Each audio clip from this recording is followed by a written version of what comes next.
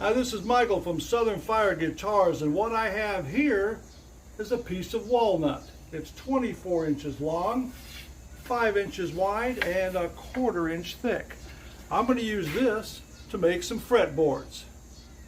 Well, let's go get the saw ready and chew some sawdust. Now kids, I don't mean that literally, because that would be gross. I'm out here by the table saw and I have my piece of walnut right here. This is one of my neck blanks. This one is oak. The width of the neck is 1.5 inches. Now when I cut my fretboards out of this piece of wood here, I'm not going to cut it. I'm not going to cut them 1.5 inches. I want them to be a little bit bigger, so I'm going to cut them at 1 5/8 inches. And I'll get 3 pieces out of this piece of wood here.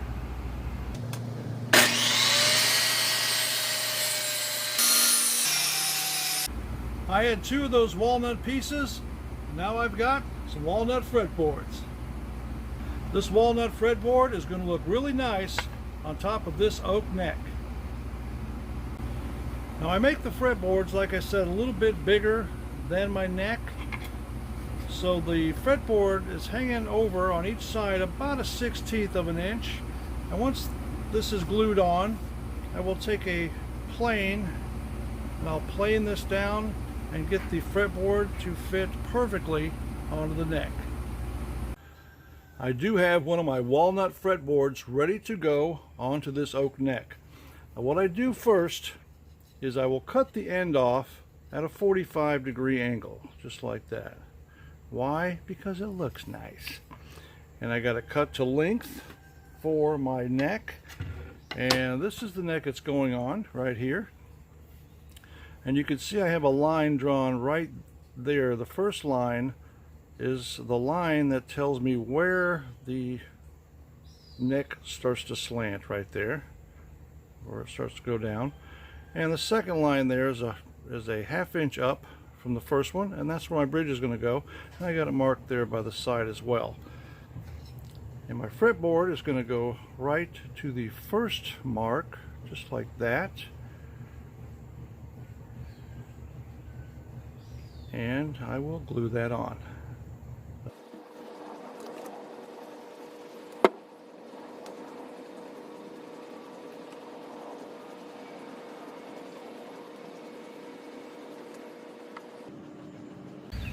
Well, I have the fretboard glued onto the neck. I've got it all clamped up. I've got a ruler on the top and bottom that I'm clamping to so I don't damage my neck or fretboard, put any little nicks in it. Now I'm just going to let this dry and we'll go from there. This neck is dry. I'm going to pull the clamps off so we can continue to shape this fretboard perfectly for this neck.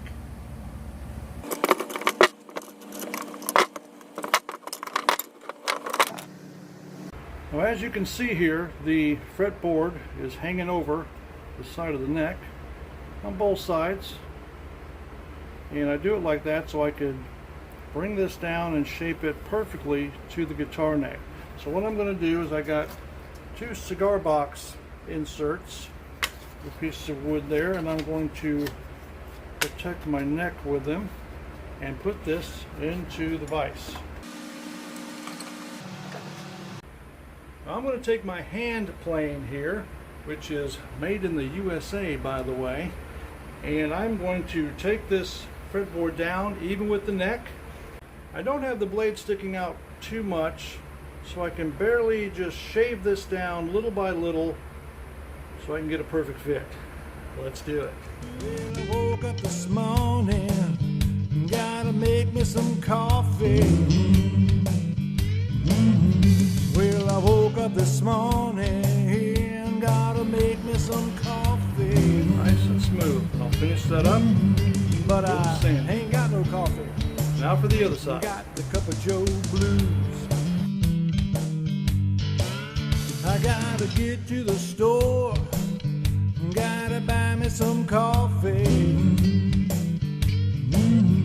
Gotta get to the store. I need that can of coffee. Well, it came out real nice. This is it after I planed it down on both sides. It's nice and flush to the side of the neck. And that's how I shape a walnut fretboard for my cigar box guitars. If you like cigar box guitar videos like this, what are you waiting for? Click the subscribe button below. I promise it doesn't hurt. And hit the bell notification so they notify you when I post a new video. And before you leave, don't forget to give this video a thumbs up. My name is Michael, and I'll see you in the next one. Now it's time to give you some frets. Well, I woke up this morning, gotta make me some coffee. Well, I woke up this morning, gotta make me some coffee. But I ain't got no coffee, got the cup of Joe Blue.